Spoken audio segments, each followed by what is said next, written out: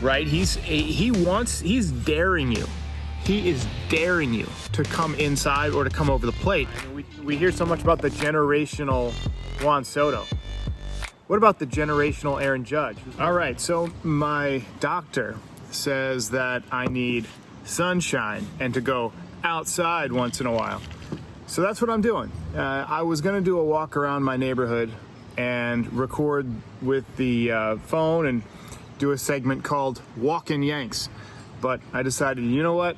Walking is for suckers. So I am sitting at a picnic table in my backyard, and we're going to talk about the Yankees, and we're going to talk about what we've seen from this team over the last, 7 games. All right, so let's begin with Austin Wells behind the dish.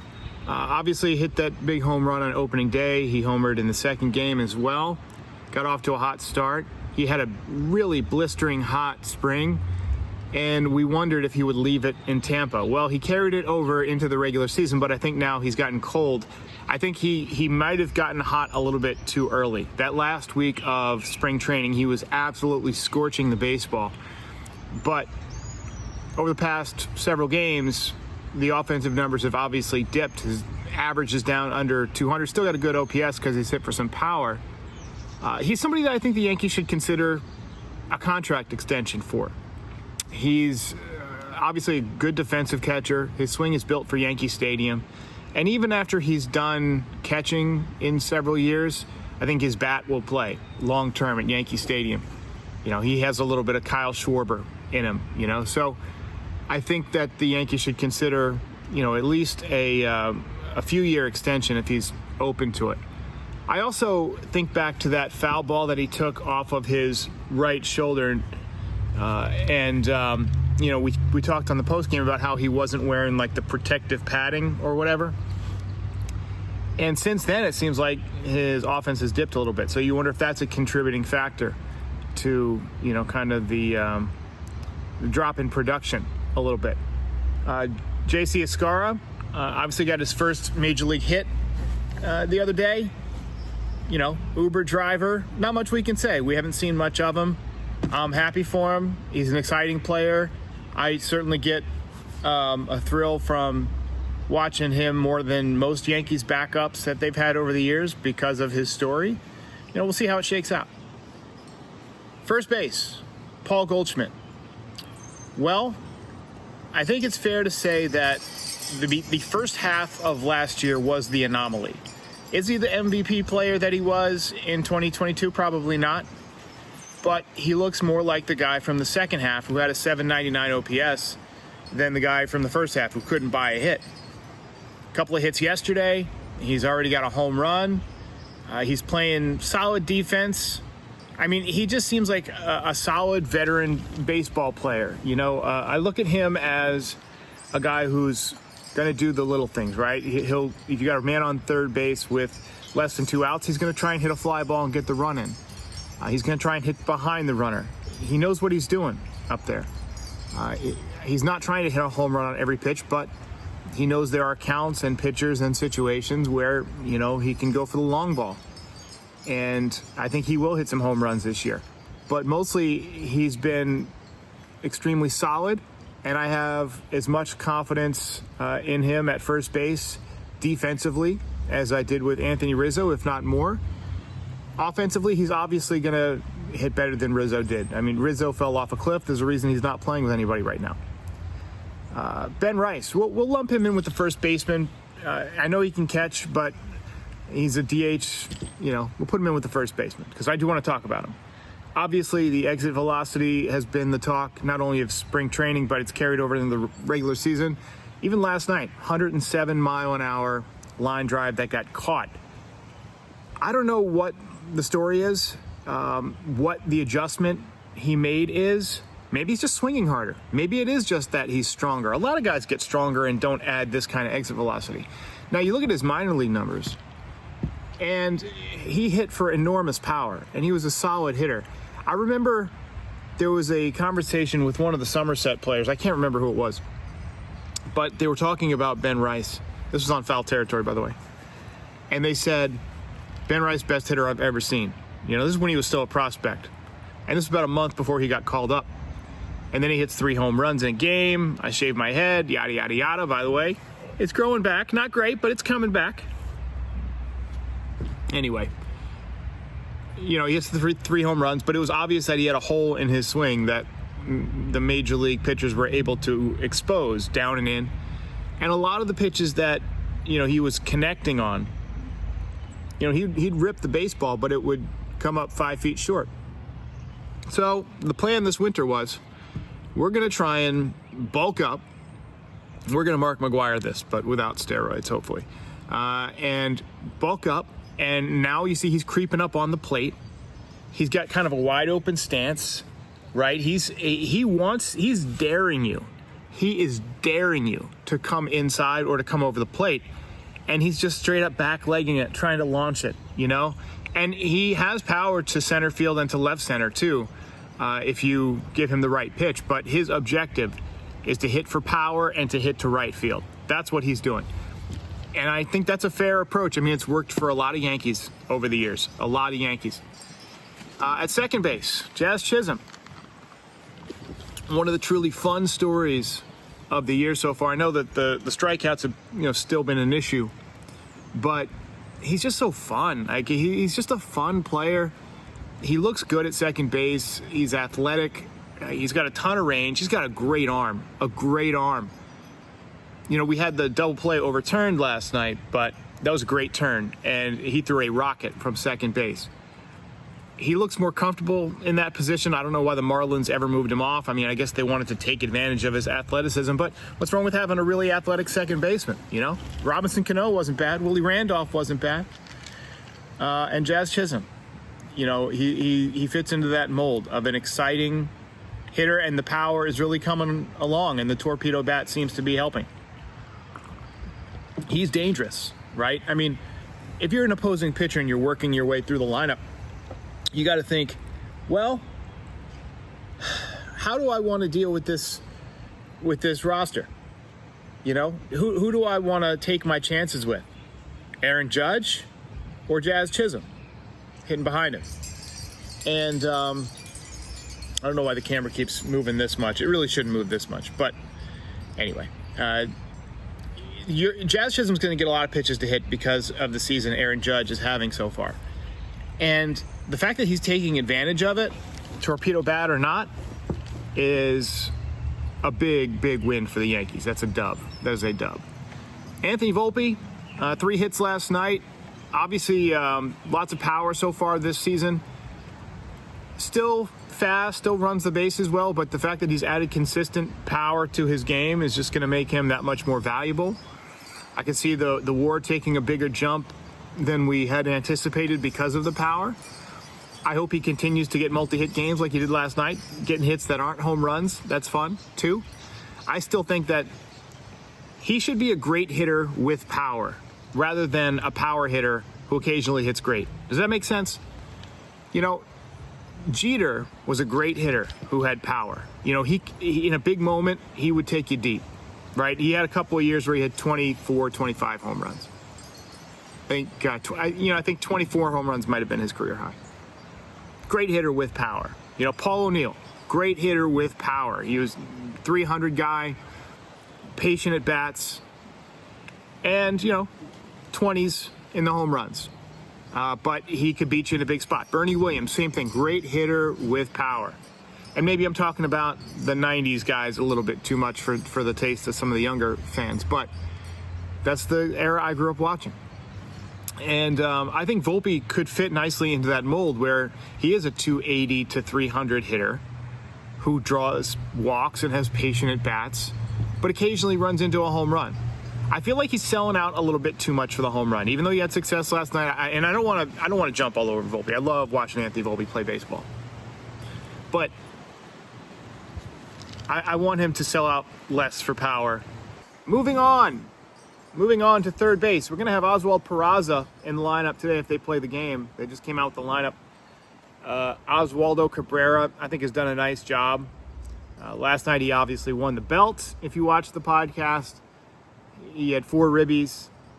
He's another guy that I think is underrated as a player, and I think if you gave him just extended playing time, he would improve. some guys just have a knack for improving, for just getting better, right? We saw what Ben Rice did. We saw so far what Austin Wells has done.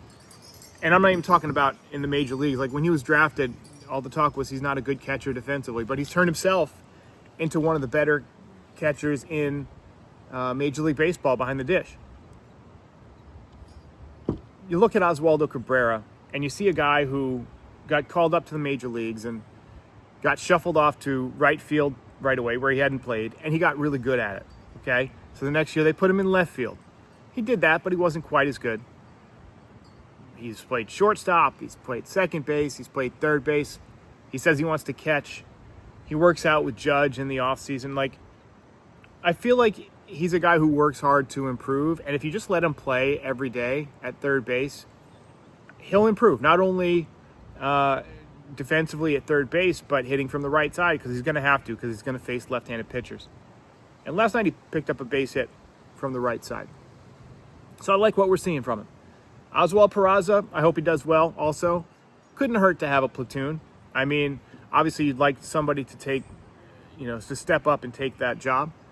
But for some reason the Yankees don't seem to really like Oswald Peraza. I don't know if it's like a personal thing or whatever, but left field, the Martian, Jasson Dominguez. I love what we're seeing from him so far. He's another guy who seems like a baseball player, right? I mean, he runs well. Obviously, the right side of the plate has been a disappointment so far, especially when he came up in spring training a couple years ago and he hit that home run right-handed. He hit one right-handed in the Futures game. You thought, well, there's probably some power there.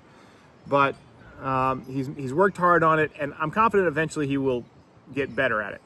But from the left side, he looks amazing. I mean, he's hitting the ball to all fields. We saw him inside out pitch through the 5.5 hole the other day. We saw him hit a booming double the opposite way to left field. Last night, he ripped one down the right field line. We got some wind picking up. I hope it's not too much on the microphone. This is my first time trying this. We saw him rip one down the right field line. We saw the home run to right field over the LED board, used to be the auxiliary scoreboard. And he's always smiling. He's running the bases well. Like, he's fast. He's a bulldog out there. I love the kid. Is he going to be Mickey Mantle or Mike Trout? Maybe not. But I think he's going to be a valuable player. I think he's going to be a 4 to 5 win player this year. And I think he has potential to be a 7 to 8 win player in his peak. Defense is going to be what decides that. He's going to have offensive tools. Whether or not he becomes a plus defender is what's going to set him aside from being like a really good major leaguer to being an all-star or an award winner type of player. Center field, Cody Bellinger out of the lineup for the second straight day. It's got to worry you if you're a Yankees fan. The back being an issue. Good news is it's April. It's cold. A lot of guys having issues right now ramping up. This is when most of the injuries happen. Yankees can be a little bit cautious right now because, they're facing the Pirates, who they should beat, so they can give them another day, another couple of days. And then you know what? You go to Detroit, where it's going to be icy cold, very, very cold. You just hope that, the weather pattern changes abruptly and we get a warmer day. But I'm a little bit worried about Bellinger's back. I'm not going to lie. Anytime you start talking about back trouble, because that can linger. I've had back issues. And my dad had back issues, and Don Mattingly and Randy Johnson, and all these people who had lingering back issues for years. He has a lot of torque in his swing. You watch that swing, it's a lot of rotation, and rotation is difficult on the back. So my hope is that it's nothing serious. The Yankees don't seem to think it's serious. Maybe this is the preventative phase and he's back to 100% soon. But, Trent Grisham, in his absence, has been playing tremendous. He's been playing great baseball. He's so smooth in center field, but he's also hitting, and he's not a guy who's hit in his career a lot. Getting serious wind gusts here. Might see a cow go flying by. Anyway, Trent Grisham has looked great, and I'm thrilled with what he's given us offensively. Obviously, he's in there for his glove, catch the ball or whatever, but he's shown pop. He's a team guy. He's a mentor to Jasson Dominguez. And then there's the captain in right field. The captain. What else can you say, man? 6 home runs already. before tonight's game. He's a generational guy. I mean, we hear so much about the generational Juan Soto. What about the generational Aaron Judge, who's working on his 3rd MVP, should be working on his 4th MVP, if not for Altuve? We all know the Yankees have to pay a little tax when it comes to the votes of these writers around Major League Baseball for whatever reason, but Judge should have won the MVP that year, and especially now given what we know about the cheating. But I really think 74 home runs is in play for him. I think that he's got a real shot of breaking that record. You know, don't forget he was a Giants fan growing up. He was a local kid.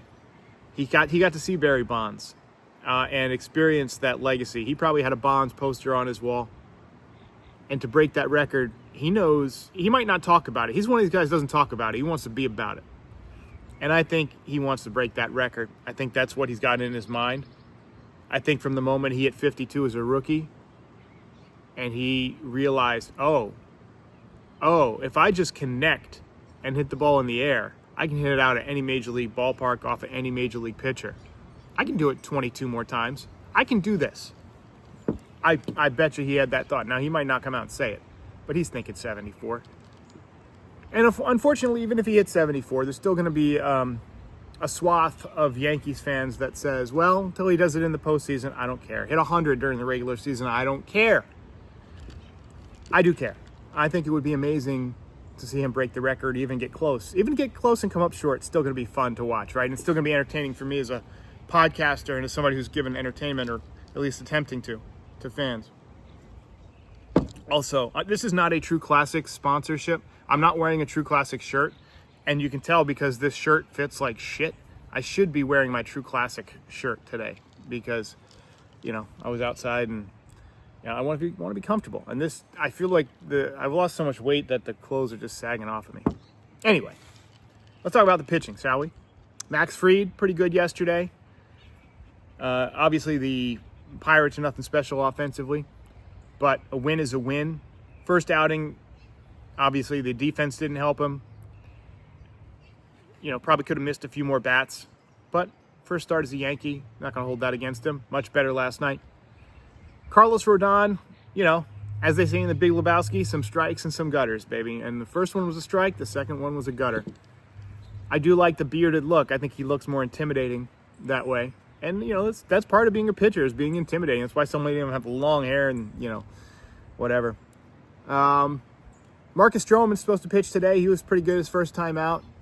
Rough start, but settled in. I like him today. I think he'll do well. Warren, who I thought pitched really well in his first outing. Much better than anything we saw last year. The metrics liked him in spring. And I think they like him now. And that he passes the eye test as well. He was getting more sinkers. He's still got a great sweeper. And, you know, as we said twice so far in this podcast, he bent, but he didn't break. And that's important for a starting pitcher, especially a young one. And then Carlos Carrasco, Cookie Carrasco. I thought he threw the ball well. His first time out, you know, didn't blow the doors off of anybody. I think he's going to have some games, you know, over the next month or so that he's in the rotation, or however long it takes for Clark Schmidt to come back. I think he's going to have some games where he struggles, and I think he's going to have some games where he's pretty good. He's a veteran. He knows how to pitch, and he's going to serve up some home runs because his stuff isn't great. But, you know, he'll also pitch out of some jams that some other guys probably wouldn't be able to. Bullpen, you know, Weaver's obviously been good. You know, Mark Leiter up and down. You know, Fernando Cruz up and down. I don't think we've seen these guys get into a rhythm yet. You know more about the bullpen by like June. It's a little bit too small of a sample size for the bullpen, but hey, so far I'm liking what we're seeing. 5-2, pretty good start. Game tonight. Hopefully there is a game tonight. You know, this episode brought to you by Sunshine, this giant ball of nuclear energy that's, for some reason, we're supposed to get out and experience, even though it's actively radiating us and killing ourselves. So, hey, that's life. Circle of life. All right, ladies and gentlemen, I'll see you after the game.